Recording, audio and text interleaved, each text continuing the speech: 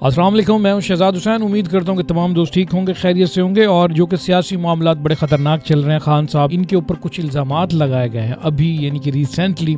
तलत हुसैन जो कि बहुत बड़े सहाफ़ी हैं और इन्होंने काफ़ी चैनल्स पर भी काम किया है। और याद रहे कि तलत हुसैन वो सहाफ़ी हैं जो इमरान खान इक़्तिदार में जब थे तो जब भी इनका एक जो वीलॉग होता था वो इमरान खान के खिलाफ ही हुआ करता था। पर ये कि आज इन्होंने एक बात की है, इन्होंने कहा कि जनाब इमरान खान जितने भी इस वक्त हंगामा आराई कर रहे हैं या फिर जितने भी इदारों के खिलाफ ये आवाम को भड़का रहे हैं या फिर जो भी माइंड सेट है वो इमरान खान के ही हाथ के अंदर है। और उन्होंने कहा कि ये बहुत बड़े पैमाने पर मुल्क को नुकसान पहुंचाने की कोशिश की जा रही है। लेकिन प्रोपेगेंडा का जो मॉडल इमरान खान ने डेवलप किया है और जो शवाहिद मेरे पास है वो आपसे मैं फिलहाल शेयर नहीं कर सकता, लेकिन वक्त आने पर मैं शेयर भी कर दूंगा। और वो बहुत ही ठोस शवाहिद हैं, दस्तावेजी शवाहिद हैं। इन्होंने बहुत बड़ी बात कर दी है। अब सोचने की बात यह है कि जनाब जब खान साहब को इक़्तिदार में लाया गया था तो उस टाइम इस बारे में नहीं सोचा गया था। खान साहब 3 साल तक बिल्कुल ठीक तरह से काम कर रहे थे और खान साहब बिल्कुल खुश भी थे। खान साहब के होते हुए मीडिया के ऊपर बहुत ज्यादा पाबंदियां भी लगाई गई और मुख्तलिफ किस्म की कुछ जो खबरें थी उनके ऊपर काफी रोकथाम थी। और ये जो खान साहब के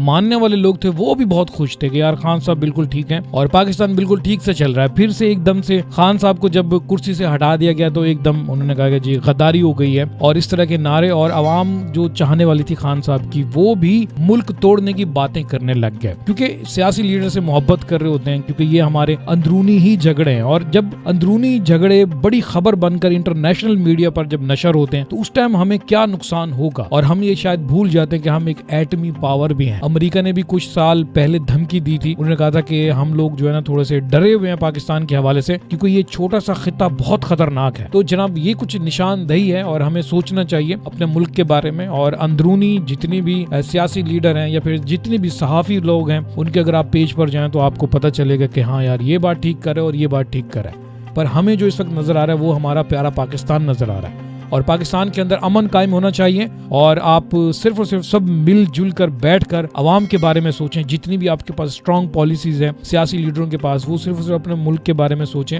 और छोटे छोटे धड़े बांट लें, सूबे बांट लें और अपने मुल्क को बेहतर बनाएं।